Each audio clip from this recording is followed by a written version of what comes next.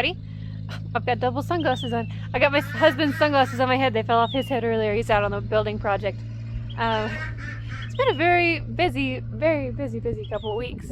And it's busy today yet again. I'm pulling several duties today. I've got the cows out grazing around everything. It's just the simplest way to keep the grass under control this time of year.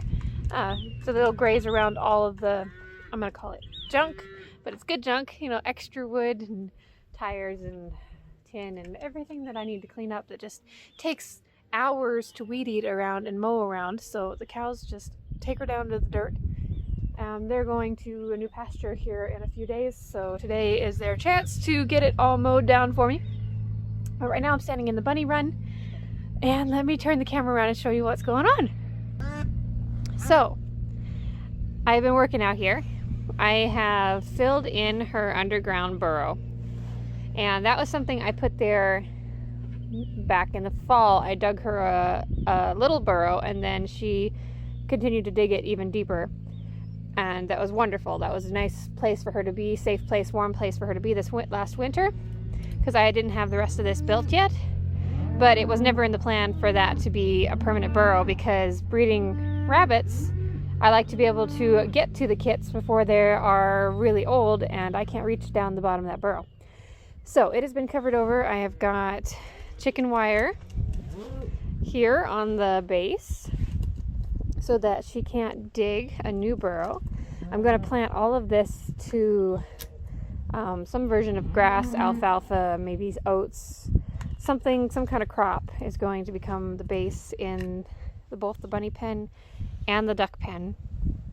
And the wire helps keep them from digging out all the roots so that it actually has a chance to grow. There's already wire on this side, and that side is covered in dirt. I just hadn't done the middle yet. And the new addition is there's a couple of new holes inside of the run, and it goes into the new bunny hutch.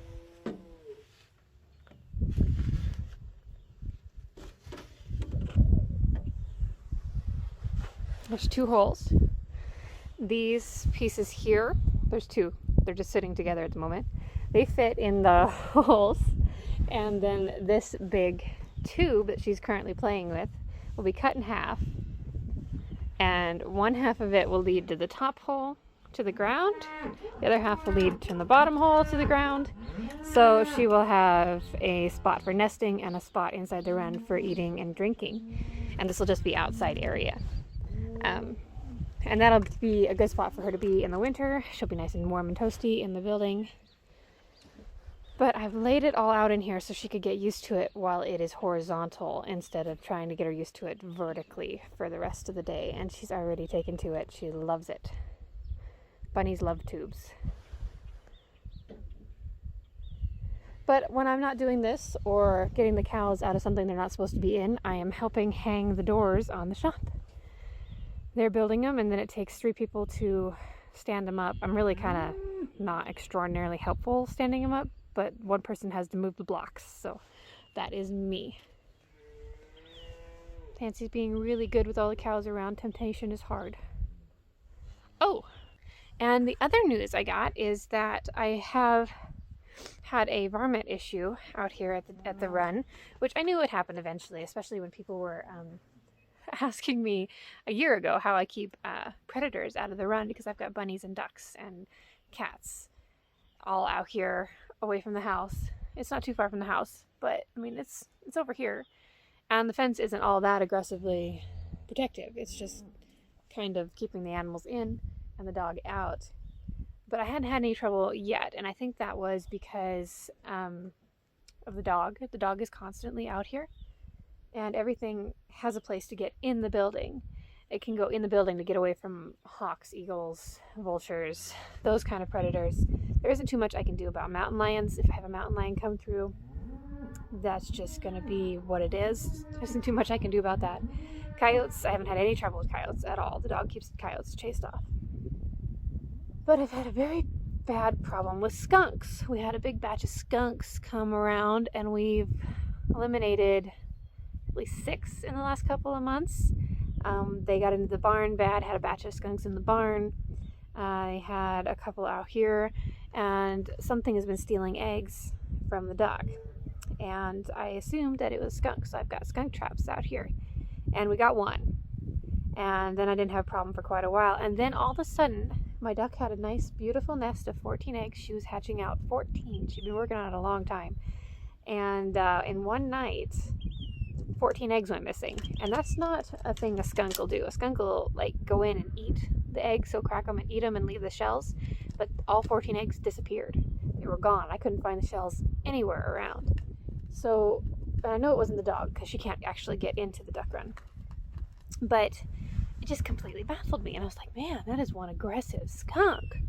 And then I had 4 rabbits go missing. Now these were my wild rabbits. I have 5 wild that run around the yard, and they're really pretty dang good at keeping out of, like, they're fast and they have burrows and the dog can never catch them. And I just didn't even know what in the world would possibly take 4 rabbits in the expanse of 3 days and 14 eggs.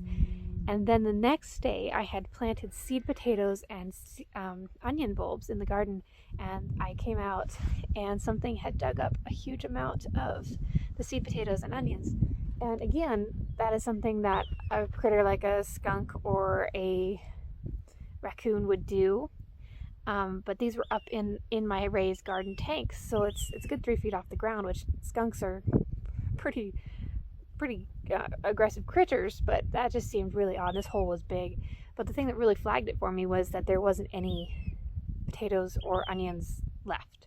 Like, there wasn't any evidence that there ever was any. Something ate them or took them, and it took us way longer than it should have. But we've come to the conclusion that we have a den of foxes? Hell if I know. The plural of fox. I'm assuming that there is a fox, and are they called kits? Baby fox around, because that is a lot of things to go missing in a very short amount of time, and that's the kind of thing a fox would do, would take it back to their den. So you just hate to trap a fox because they're just so neat. But we will probably try to live trap the fox when I can round up a trap. And hopefully that'll take care of the situation, because she also took a duck. She took my male duck. So I'm down to 1 female duck and 1 female rabbit. So I need to do something about it. She's been eating way too well. But this female rabbit is due to have kits in about 2 weeks, 12 days or so. She just loves her tunnel. I'm so pleased. I didn't know what I was going to do if she didn't like it. Hope she's not going to pop out the other end. She likes it in there. Nice and toasty warm. But I am going to go back and work on the building project now. So after about an hour of trying to figure this out at like 8:30 at night last night, this is what I came up with. It slants down. I cut it at the wrong length because I didn't have a tape measure, so I just eyeballed it. So now it's a little bit too high, so she needs a step. I just used a piece of tin to secure this to the wall so it wouldn't come flying off of there if she gets this apart, because these two are not connected together. They're just sitting in one another. Like, they are meant to go together. They're purchased with the same intent, but they don't clip together or anything. So I'm not a plumber. I don't know how that works. But anyway, so this is not going anywhere. This one is screwed to the run. And yeah, I can't screw this one to that one because then there'll be a pointy screw on the inside. And she actually just kind of barely fits through these. She's very big around right now. Very full of baby rabbits. And this is the second one I'm working on. Oh, there's my shadow. It goes into the bottom side.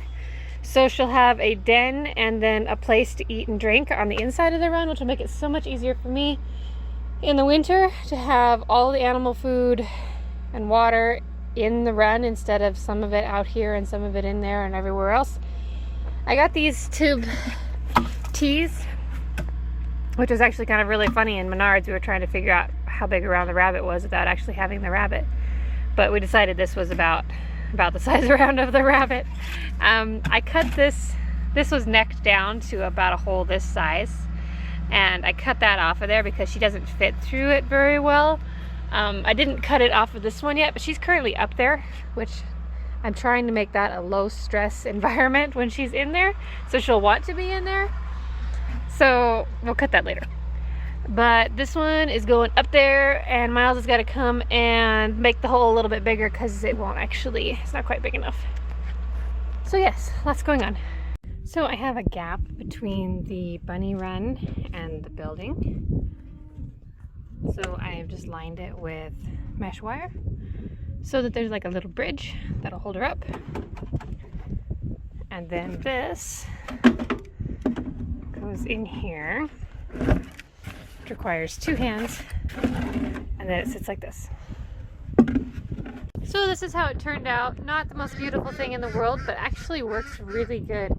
She's tried out both tunnels and has switched between the two several times now, and she likes it up there, so that is just fine and dandy. I just got done seeding some grass seed. I don't know if you can see it, it's really muddy. But I just threw some grass seed in there and watered it. Here's hoping that something tries to grow in there, because that is just a terrible dirt mess. And soon I'm going to get around to cleaning all of the stuff on the edges up and start landscaping around it.